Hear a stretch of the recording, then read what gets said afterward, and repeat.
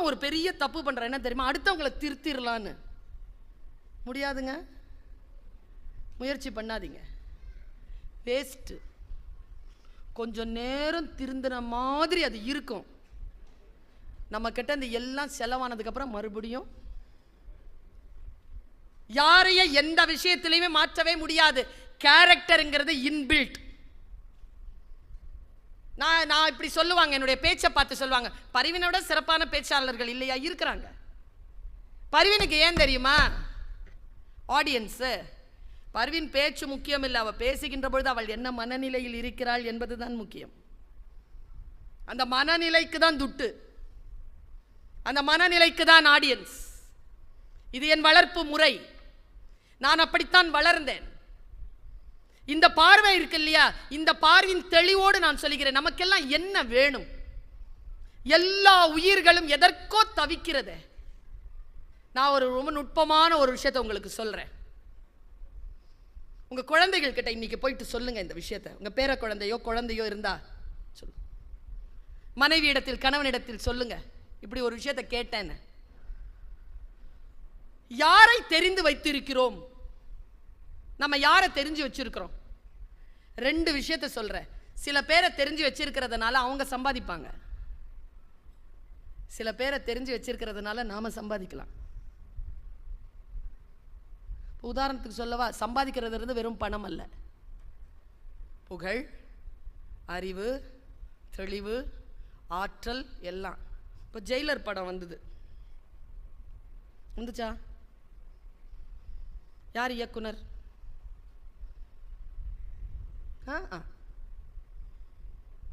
புத்தக கண்காட்சிங்கிறதுனால அமுக்கி வாசிக்கிறாங்க.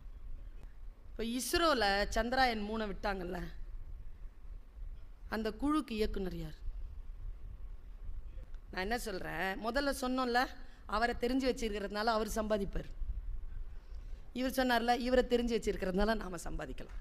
எதை தெரிந்து வைத்திருப்பது? எல்லாம் பொழுதுபோக்கு அம்சங்கள் இல்லை. சிரிக்க சிரிக்க தான் பேசுறார் மதுக்கூறார். மதுக்கூறார் சிரிக்க வைத்து பேசுவதிலே கிடைக்கின்ற அறிவு வெறும் சிரிக்க வைக்க வேண்டும் என்று பேசுகின்ற பேச்சாளர்களிடத்தில் நான் கண்டதில்லை. எதற்காக? ஏன்? இப்ப நான் ஒரு விஷயம் சொல்றேன். இங்க எப்படி சேவல் சண்டையோ அப்படி வடநாட்டுல குருவி சண்டை நடக்குமாங்க. குருவி சண்டை. குருவினா என்ன? குருவினா பட்டுக்குருவி. ரொம்ப பட்டு மாதிரி இருக்குமா, சின்னதா இருக்குமா, கலர் கலரா இருக்குமா அதனுடைய கொண்டை. அவ்வளோ சீக்கிரமா அது பிரீட் ஆகாதான். பல லட்சம் ரூபாய் பெருமதியான ஒரு காசு கொடுத்தாதான் அது கிடைக்குமா. நவாபுகள் வளர்ப்பாங்களா அதை. ஒரு சின்ன கட்டுரையில் அதை எழுதுறாரு. என் மனசு என்னமோ பண்ணிருச்சு. அதை நமக்கு என்ன வேண்டும் அப்படிங்கிற கேள்வி நான் கேட்டேன்ல, அதை நான் இப்போ சொல்லிட்டு போறேன். அந்த பட்டுக்குருவியை வச்சு என்ன பண்ணுவாங்கன்னா, ஒரு நாள் பௌர்ணமி இரவுல விருந்துக்கு கூப்பிடுவாராம் ஒரு நவாப். விருந்தினர்கள் யாருன்னா IAS, IPS, கவர்னர்கள், பெரிய பெரிய போலீஸ் ஆஃபீஸர்ஸ், அவங்க தான். வந்து உட்கார்ந்த உடனே டின்னர்லாம் முடிச்சதுக்கு அப்புறமா இந்த சண்டை தொடங்குமா. இந்த சண்டை எப்படி நடக்கும்னு அவர் எழுதியிருப்பாருங்க. ஒரு சின்ன பட்டு துண்டை இப்படி விரிச்சிருவாங்களாம்.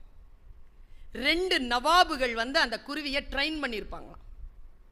நவாபுகளுக்கு பட்டுக்குருவி ட்ரெயின் பண்றதுங்கிறது ரொம்ப பிரெஸ்டீஜியஸான விஷயம். அதை தயார் பண்ணும்போது எப்படி பண்ணுவாங்கன்னா, அதனுடைய காலில் ஒரு பட்டு நூல் கட்டி ஒரு நவாப் இப்படி பிடிச்சி வச்சிருப்பாராம். அப்படி இழுத்த உடனே அது ஃபீல்டுக்கு போயிடும். கண்ட்ரோலில் இருக்கும், பறக்காது, கண்ட்ரோலர். பட்டு துணியை விரிச்சு 2 பேருக்கும் அப்படின்னு உடனே சண்டை ஆரம்பிக்கும். சண்டைனா சண்டை அப்படி பார்ப்பாங்களா. அந்த 2 பட்டுக்குருவியும் அடிச்சுக்கிட்டு ஒண்ணுக்கு ஒன்று அவ்வளவு காயப்படுத்திக்குமாங்க. காயப்படுத்தி கடைசியா ஒரு குருவி ஜெயிக்குமா, ஒரு குருவி தோக்குமா. தோக்குற குருவி இப்படி உட்காந்துருக்குமா, வந்து சீண்டனால எந்திரிக்காதான், அப்படியே உட்காந்து. இப்போ தோத்ததா அறிவிச்சிருவாங்க. இதில் என்ன தெரியுமா கிளைமேக்ஸு? இந்த ஜெயிக்கிற தோக்குறதெல்லாம் ஒன்றுத்துக்கு பரிசு, ஒன்றுத்துக்கு தண்டனை.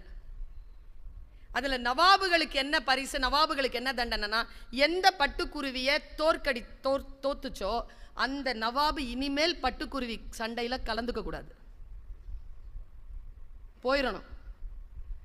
ஜெயிக்கிற நவாப் இருக்கிறார்ல, அவருக்கு பல லட்சம். நீங்க என்ன சொல்றீங்க? அவர் சொல்றாரு, அந்த அந்த பட்டுக்குருவிகள் எப்படி இருக்கும், நான் இப்படி ஓப்பன் பண்ணுவாங்களாம், 2 குருவிக்கும் சொல்லி கொடுப்பாங்களாங்க நட.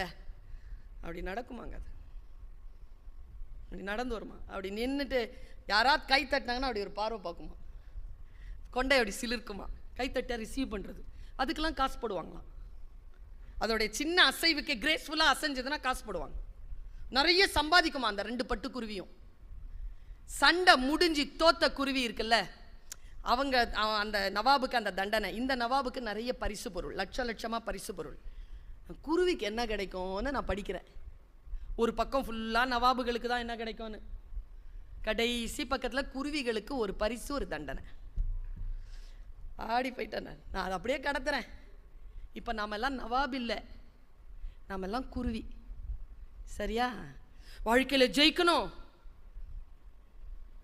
ஃபர்ஸ்ட்டாக வந்துடுவீங்களா? வந்து என்ன பண்ண போறீங்க? பைக் எடுத்துட்டு முதல்ல போயிடுறான். அங்க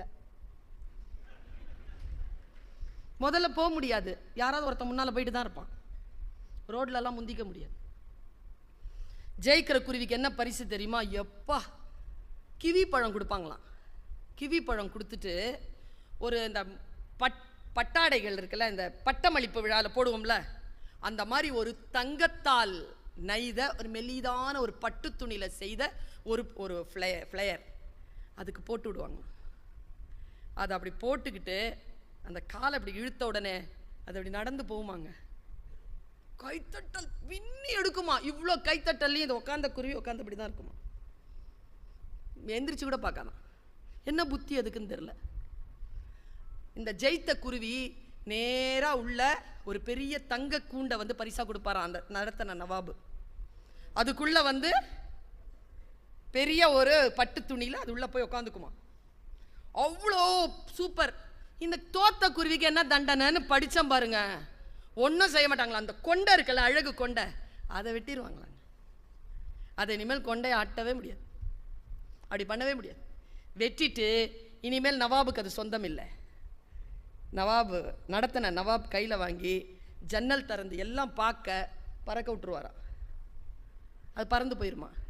கடைசியாக மூசா ரஸா எழுதுறார், நவாபுகளுக்கு கிடைத்த பரிசை விட ஜெயித்த குருவிக்கு கிடைத்த பரிசை விட தோற்ற குருவிக்கு கிடைத்த சுதந்திரத்தையே நான் விரும்புகிறேன்.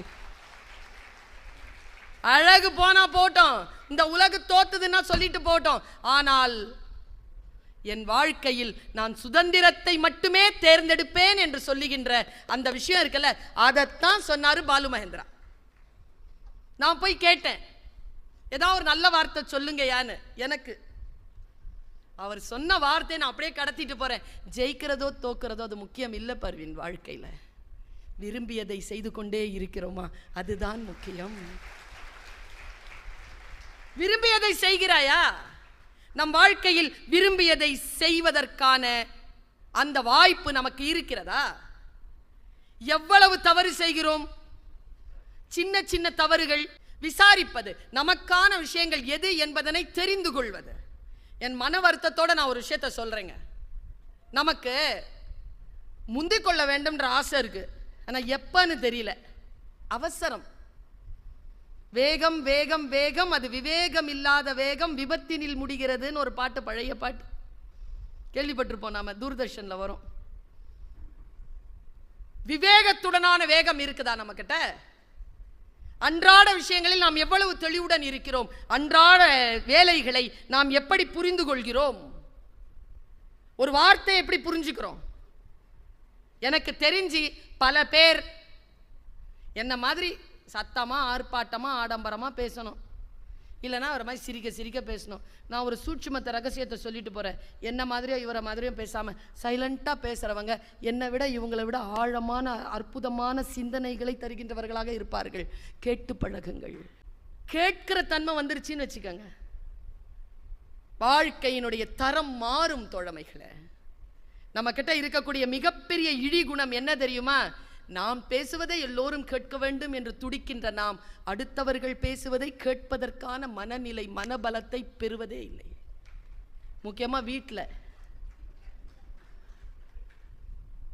நான் நிறைய ஆண்கள் கிட்ட கேட்டிருக்கேன், ஏங்க உங்கள் வைஃப் உங்களுக்கு ஃப்ரெண்ட் இல்லையா? எங்க மேடம், பேசினாலே சண்டை வருது, வாயை திறந்தாலே சண்டை தான் மேடம். நான் ஒரு விஷயம், ரொம்ப நுட்பமாக ஒரு விஷயம் சொல்கிறேன்.